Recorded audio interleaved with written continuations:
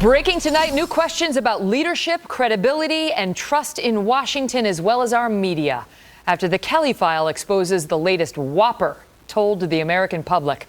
Welcome, everyone. I'm Megyn Kelly. What is the result when our elected officials mislead us, intentionally or otherwise? We asked that tonight thanks to House Minority Leader Nancy Pelosi, but it is not all about her.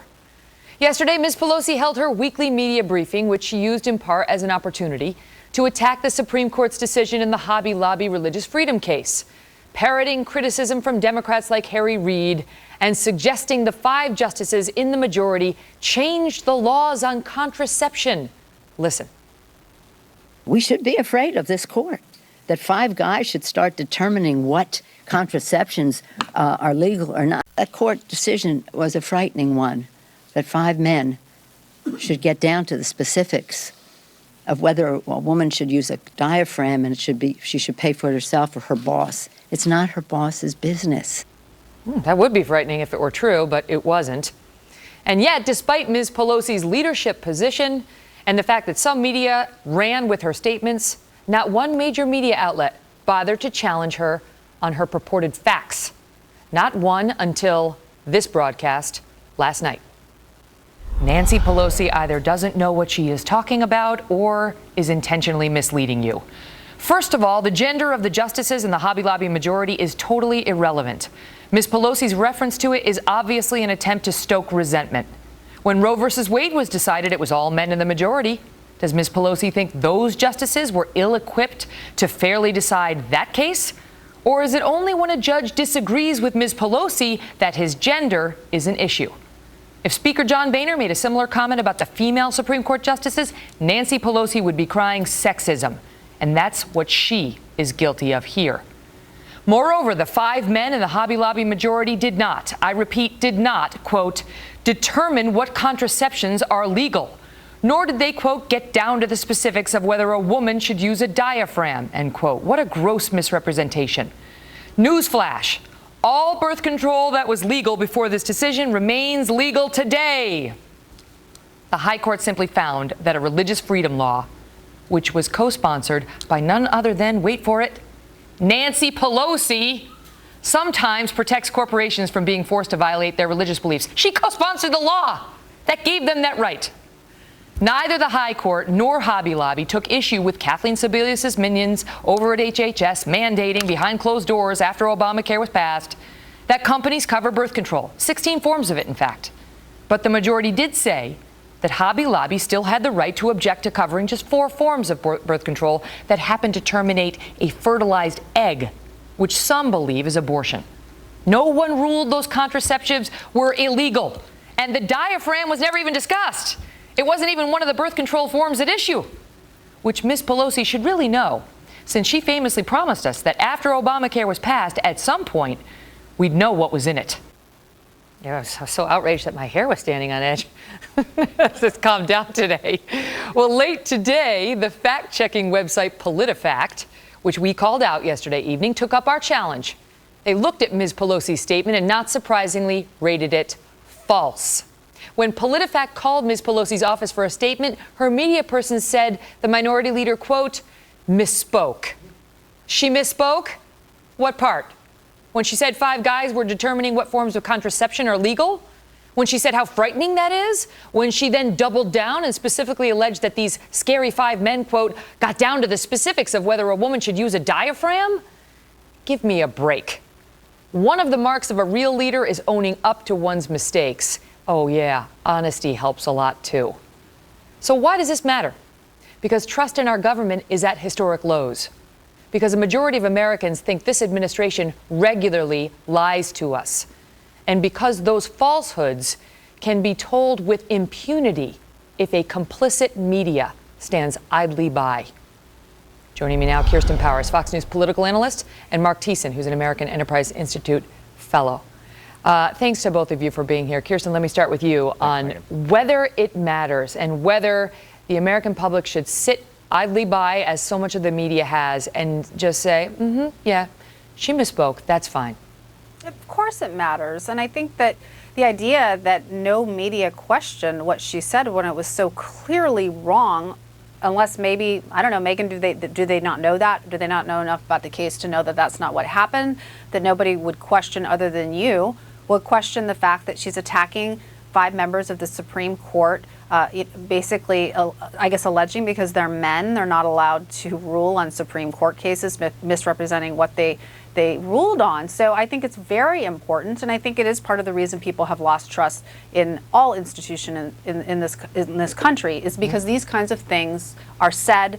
Nobody challenges them out of, like I said, you're the only one who challenged it, and it makes people feel like they're going crazy.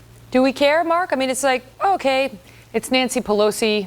She only happens to be the House Minority Leader. It's not like she said it at a cocktail party. It was at her media briefing. The media were all standing there. But does it matter? I mean, do people just say, you know what?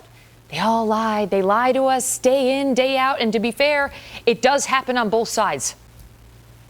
Well, sure, it happens on both sides, but I think this if this was just one individual thing, it might be forgivable, but it's part of a pattern. I mean, Nancy Pelosi was out there selling the same lie as Barack Obama, that you can keep your health care plan and you can keep your doctor. And in fact, she was saying it long after he conceded it wasn't true.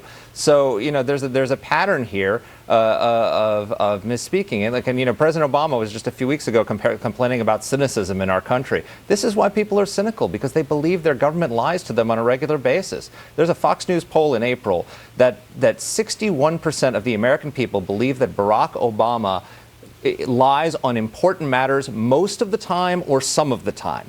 Not on little lies, important matters. And if you throw in the people who think from time to time, it's 84%. That is a stunning figure of the number of people that think the President of the United States knowingly lies to them about important matters. Is there anyone left to root for in Washington, Kirsten? Because I want to take you back to 2008 when Barack Obama was, as some called him, the anointed one.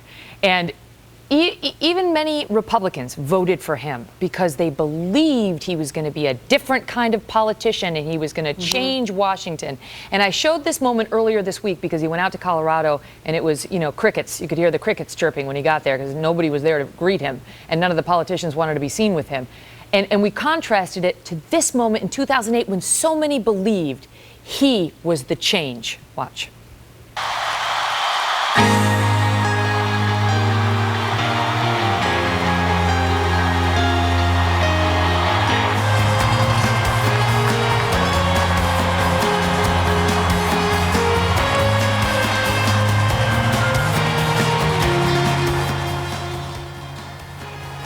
What do you think? Anyone? Is there anyone left to root for in Washington? He did not turn out to be the politician so many thought he would be. Kirsten? Yeah, look, I voted for him, and one of the reasons, there were many reasons that I voted for him, but I have to say one of the reasons was precisely what you said. And I voted for him over Hillary Clinton in the primary, partly because I didn't want to go back to the era of the Clinton era where I felt there was a lot of things going on, too much partisanship, and he promised a post-partisan presidency. I think we all remember that. And he's ended up being one of the most divisive and most partisan presidents I think we've ever had. That's not to say the Republicans have done a great job. I don't think they have. I think the trust in government isn't just because of the low trust in government isn't just because of Obama. It's also because of Republicans. There's really nobody that I think there's a lot to say positive about. But the president did say that he was going to restore trust in government. He said it and people believed it. When you looked at those 80,000 people in Invesco Field, they believed in him. They thought he was going to be a transformational figure. And Mark, instead, when he got to office, it's not just the president. It's those he surrounded him with. And it's a lot of the leadership under him and under his administration. We've seen misrepresentation after misrepresentation. Here's just a little bit of the highlight reel. First of all, if you've got health insurance, you like your doctor, you like your plan, you can keep your doctor, you can keep your plan. The single adjustment that was made to those talking points were changing the word consulate to diplomatic facility. Does the NSA collect any type of data at all on millions or hundreds of millions of Americans? No, sir. It does not. Not wittingly. With regard to the potential prosecution of the press, that is not something that I've ever been involved in, heard of, or would think would be a wise policy. No mass corruption. Not even mass corruption, not even a smidgen of corruption. The one thing we're going to do during this work period is to ensure that women's lives are not determined by virtue of 5 white men. I mean, these are not minions, Mark. These are major figures in America right now. No, absolutely. And look, I think Kirsten's right that there's blame to go on both sides. But I think it's that people are frustrated more than they're not just frustrated with dysfunction in Washington. They're frustrated that they're being knowingly lied to by their elected leaders. I mean, President Obama's signature initiative was sold on the basis of a lie. The President of the United States lied to the American people about the nature of a terrorist attack. These are big, big things. But I'll inject a note of optimism because he asked a question, is there anyone to trust in Washington? No, there's nobody really to trust in Washington, not that many. There are a few. But what Gallup has also found that 62% of Americans have confidence in state government. And so what you had out there in the countryside is a lot of, I mean, while Obama's been in Washington, beneath the surface, there's been a Republican takeover of state government. You have not a single Republican governor has lost since 2007. You've got half the country living in states where Republicans control both the state house and the legislature. It's been a huge increase of Republican leadership. And you've got these reformers like Scott Walker, like Kasich, like Governor Schneider, who are really doing things that people approve of and like. And so I think you have, outside of Washington, political leaders who are reformers who are going to bring a change to Washington, and that's a reason for hope, even if Washington is mired in dysfunction. Great to see you both. Thanks, Megan. Thanks, Megan.